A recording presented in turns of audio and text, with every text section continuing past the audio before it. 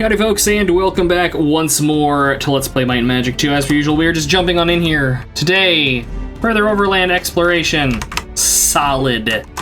Let's get out of here to the plains of peril and see what we have awaiting us. We do have the desert to the north, which we kind of mostly explored, well, within reason, I think, last time. Was it E3, I think? It was either E3 or E2. Oh no, it was only E2, and like the encounters there were no joke. But I think I would rather back us up a square and we'll kind of explore around the towns.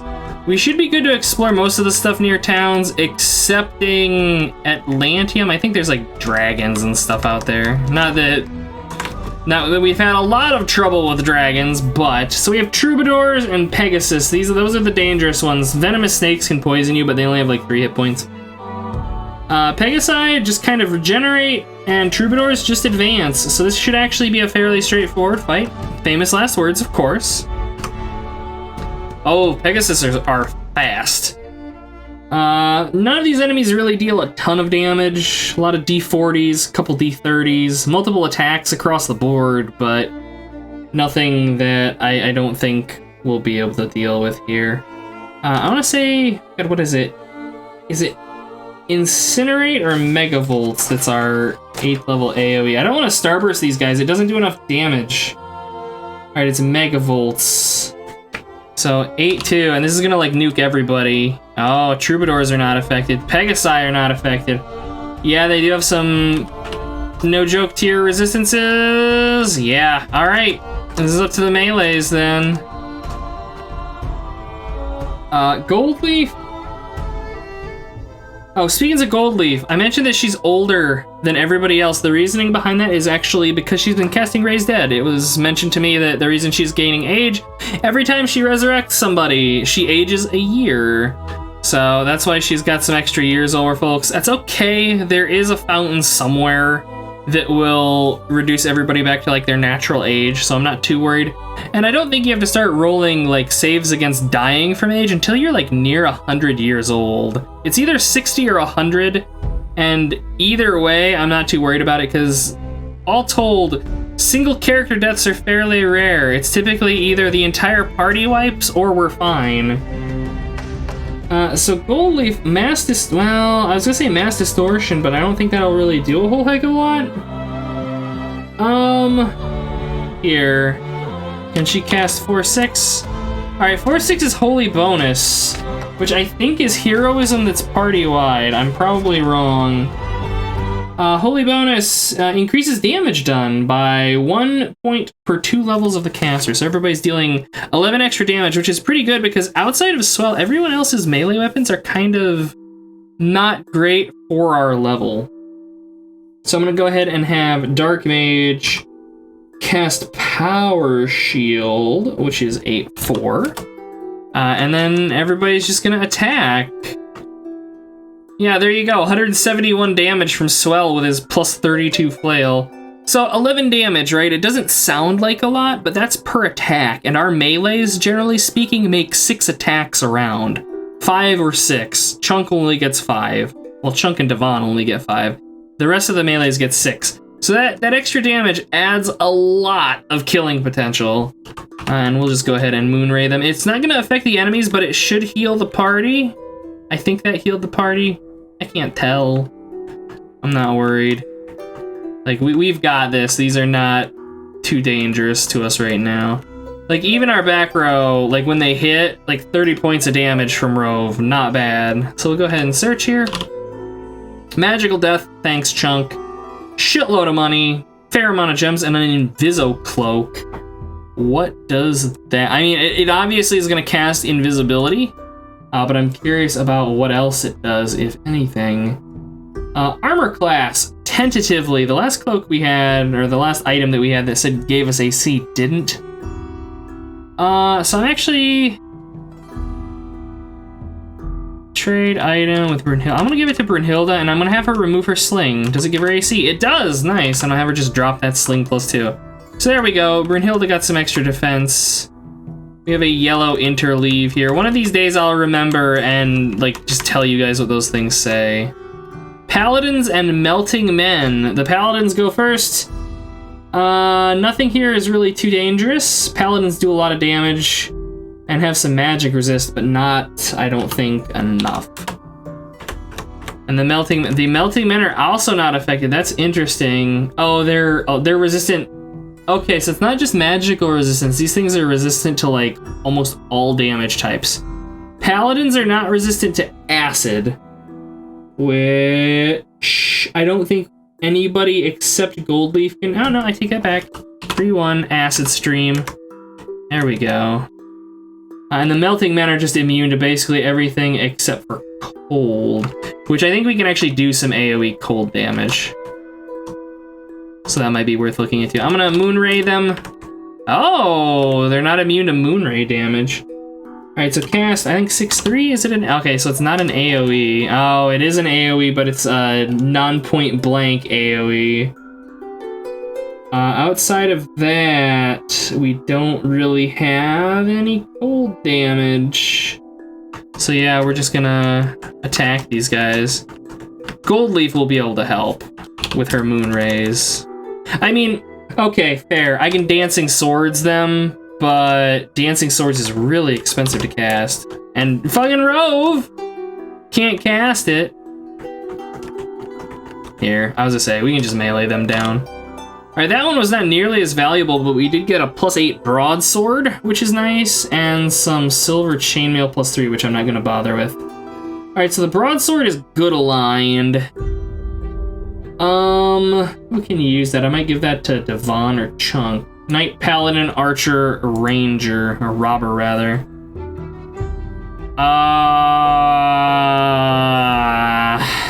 Brynhilda, what are you using? A Flamberg +4. I don't think the +4 from that broadsword is going to be enough damage that it'll be worth it. Fountain is famed for its healing water. Drink? Yes. Well, it didn't heal us. Oh, all characters' conditions are set to good unless dead, stoned, or eradicated. So it's not as good as the other fountain of, like, non-fuckery we found, but it's not bad. Alright, Elf Warriors, Assassins, and Seductresses. Those are, like, the dangerous ones here. But of them, the only ones I think I'm really worried about are the Assassins, because they can assassinate, which is an instant... I think it's an instant kill. Oh, and the Seductresses are trying to paralyze and succeeding my back row. Let's see what kind of resistances we have. Oh, nothing of note. Well, I mean, there's some magic resistance in there. God damn it, Dark Mage, why can you never have spell points to do anything cool?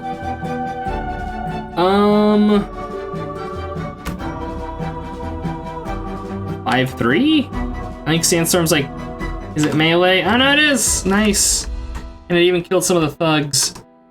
Alright, I wanna actually shoot the assassins. We're gonna prioritize those guys. Okay, and these guys are like 18 hit points, so yeah. An instant keep. That's cool. I don't care. We have no use for it. I think that just lets us rest without being attacked. So what we're doing right now, as you can see on the map, like we are on the cusp of the plane of air here. And I don't know what happens if we step out into it. Oh no, I take it back. This isn't the plane of air. This is the plane of earth. It even says it on the map.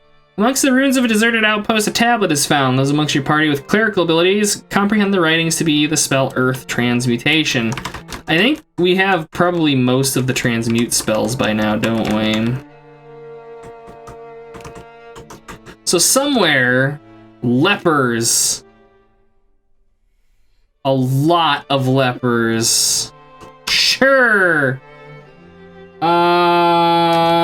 Starburst. Bye, lepers. Give me OXPs. I don't even know how much XP that was, but it was absolutely not worth casting that. Oh, hey. Accidentally. Oh, no, we didn't. We actually may have gotten teleported because we were trolling about on the Earth plane. Yeah, I was gonna say, we have to watch out for earthquakes here. It's just a little bit of damage, nothing really too worrisome. We're gonna run from this fight because tricksters will steal all of your gems. Another message. And that's everything. All right, so we'll just go back to town. I don't know that we really have much to vendor, but we'll come back anyways. We'll go ahead and rest. We'll save. That's the primary reason we're coming back to town, and we'll go back out. So from here, I guess we're gonna head north. We're only like 10 minutes into the episode here, so we might as well be productive with our time, such as it is. And we'll just kind of, you know, proceed with sweeping the landscape. Okay. We're taking earthquake damage. I don't think there's a way to avoid that. Like, I don't think a levitate will protect us. I can try. Is it 2.6? No, it's 2.5. I keep thinking it's 2.6. But I don't think levitate will protect us from that. Here, was it right here? Yeah, it's not. Alas. So we just have to kind of monitor our hit points, which a sandstorm whips the party away. Ah. I tried, you guys. People are gonna die if I'm not careful here. Oh, another sandstorm. Where are we? Bottom left corner. All right.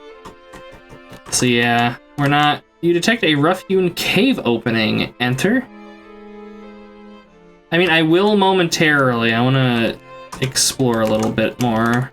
I shouldn't say explore. I want to kind of map what we can here, and I guess that's everything. So yeah, this cave opening, apparently, you have to be... Oh, no, I was going to say you have to be facing that way, but you have to be facing, like, out towards the desert. So we'll rest, and we'll enter. Do that. Do that. Okay, so we have light and levitation, and let's go to the linked sheet.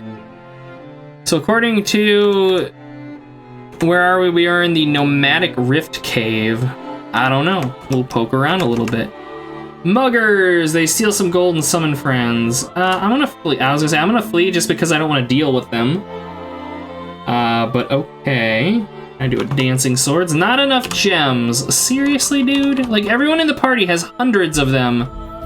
But Dark Mage is just like, I'm dumpster, guys. Fireball? No, you get nothing. Here. Rove. Megavolts? Not... What? 8? 2. I think I hit 7. God, that Megavolts is nasty. It's a shame he has enough spell points to cast it, like, 3 times. Like, it's devastating, but shit. And we got a bunch of gems. So let's gather our gems. Let's share our gems. Actually, you know what? No, here. No, I accidentally just gathered our gold. We're actually running a little low on gold. Share gem. I'm just like completely failing here. Trade gems. Dark Mage. Give him 300. Trade gems. Rove. 300. Trade gems. Gold Leaf. 200. And then Swell can just hold the rest. Because Devon really doesn't do much in the way of spell throwing, does he? So there's just like nothing in these. Alright. Oh hey, Cursed Corpses. I'm gonna just be running from encounters in here. Ninjas assassinate. This isn't like bad, it's just kind of out of nowhere. Alright, there we go, we got him. Not a big deal. Thug trainees, sure. This is just auto combat right here. Alright, greedy snitches. I want to flee because they steal food, which is annoying. This place is going to be a pain in the ass. Mighty Nakazawa and Lord Peabody's servant Sherman were last seen having some problems with Amazons near Natives Cove at 10-1. Deadly rattlers, dino bugs, lepers, just run. Again, not because it's challenging, but because I just don't want to waste the time fighting them. Oh, this is what this whole thing is going to be, isn't it? This is just like maximally annoying map design. Alright, you know what? Fine. Have fireballs. You want to be greedy snitches? You get fireballed and then AoE'd down. I take your dumpster to your loot and I'm on my way. What was that? The Supreme Dragon Lord oversees a realm of destruction at D1 at 10:04. Yeah, we've bumped into him. Mail actually suggested trying like some resistance spells to see if we could kind of assuage the damage he deals. And as far as I'm aware, energy resistance spells don't do anything for, well, I should say, like, protection from elements doesn't do anything to energy damage, which is what his breath weapon deals. The Mighty Serpent King slithers in E3 at 5'6". The Mist Warrior keeps his lair atop Mist Haven at 1511. He keeps at bay all who trespass with a Dancing Sword. So that's where we would learn Dancing Sword for Rove. It's a very good spell. But the problem is that, like, as we get higher levels, things are getting so expensive. What was that? It said something. We have found a crossbow. Are these just full of, like, dumpster tier?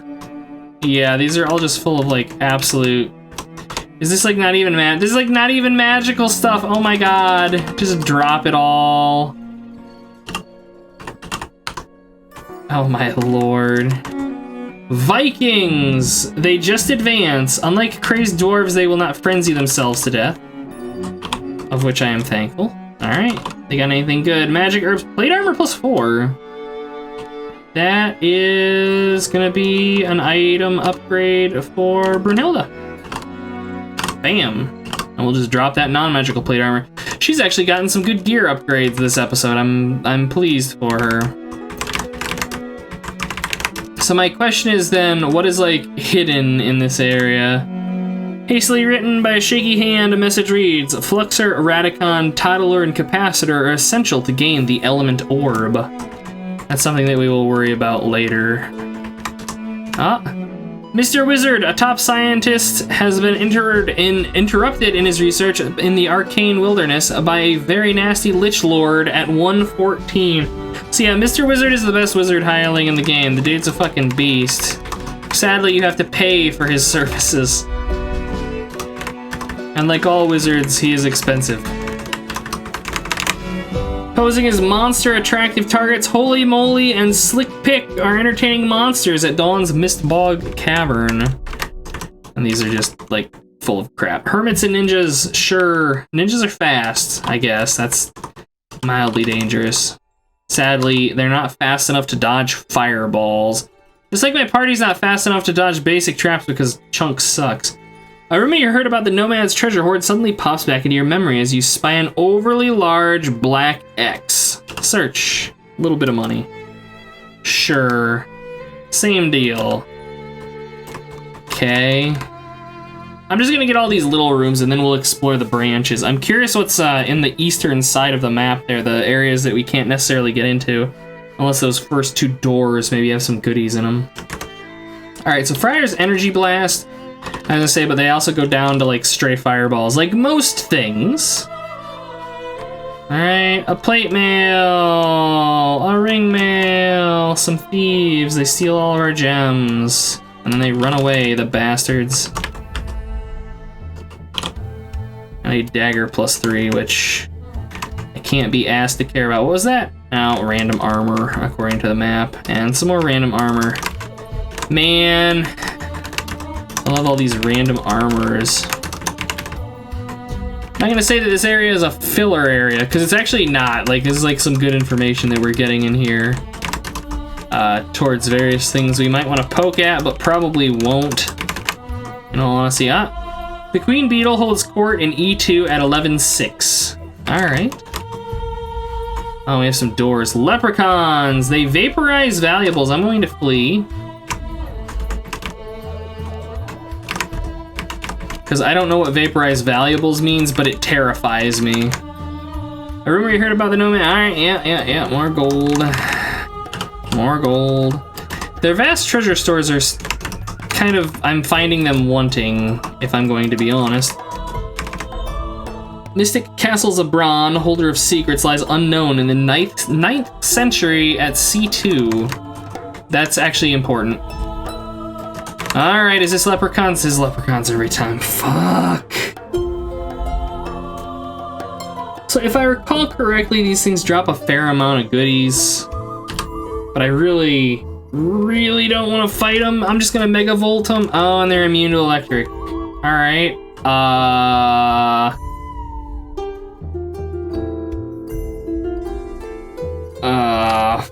No. Fireball?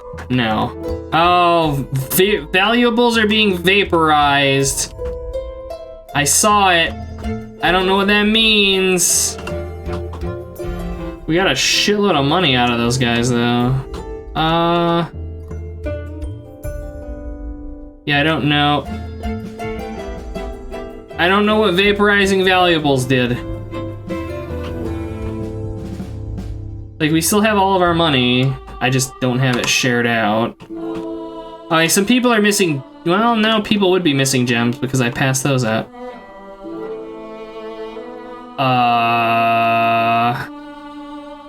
Unless it just, like, deletes items from your inventory, which could very well be the case. I don't know.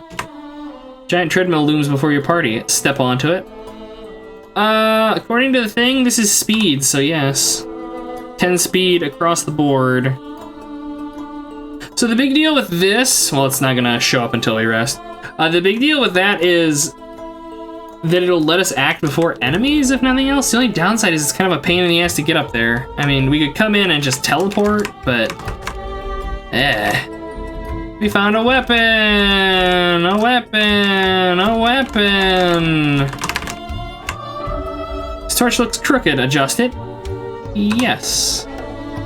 Okay, so now there's... I don't even know. We found a weapon. We found a weapon. Oh, and we found a weapon. Okay. It also says that it made us a one-way passage to the east wall, which I assume will loop us around on the map. Yes. Okay, so that's a slightly quicker way that would get us back here. We'd still have to fight those fucking leprechauns, though, and I really never want to do that because I fear everything. Alright, so, gold leaf. 8-4. Take us to Zanzibar, because we're in the locale, I suppose. Maps, towns, Zanzibar. No. This is not Zanzibar. Flee! What the fuck? Is this Atlantium? I typed 2, and it took me to Atlantium. At least I thought I typed 2. Weird. Alright, well, we are in Atlantium. I guess I'm gonna sell stuff. We'll see if anybody needs training, which I kind of doubt. But you never know. Let's see what we got here. Broadsword can go, keep can go, herbs, sling. All of it.